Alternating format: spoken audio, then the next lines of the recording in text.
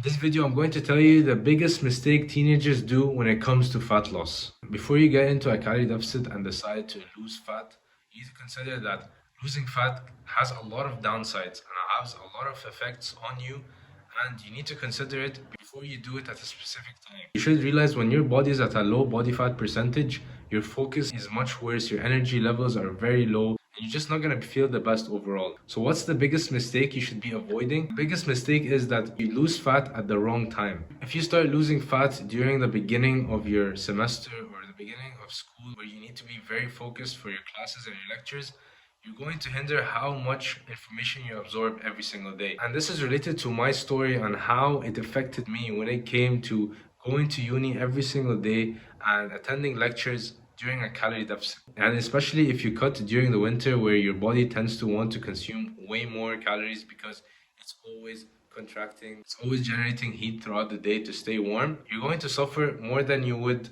if you cut during the summer. I always want to consider when is the best time to cut so it doesn't hinder my performance in school or uni, and also doesn't really affect my mood. And this doesn't mean you shouldn't be cutting during school or university. Don't get me wrong, you can.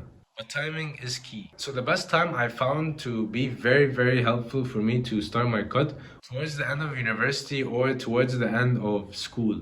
And that's right before summer. That's a perfect time to get really lean for the beach and not have the effect that winter has when it comes to your calorie deficit. And at the same time, you're just finishing a few classes that you have at the end of the semester or at the end of the term, and all you have are exams. And when you stay at home more, you're not really commuting every day, whether it's 30 or 1 hour to school or uni.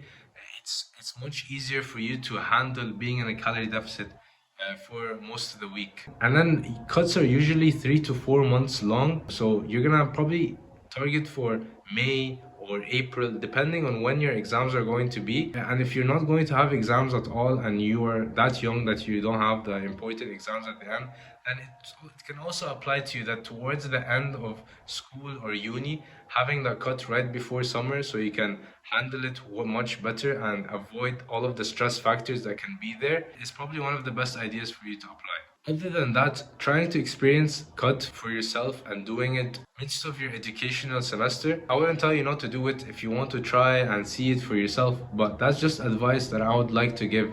So most of you who have school or uni probably sometimes don't have the time to go for the workout and have the full session. This is why I made a video on how to train in less time and build muscle effectively.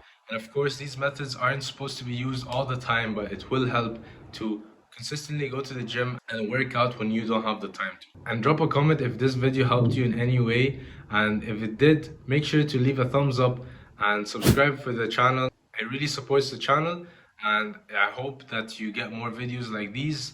And as always, take care of yourself, and I'll see you guys in the next one.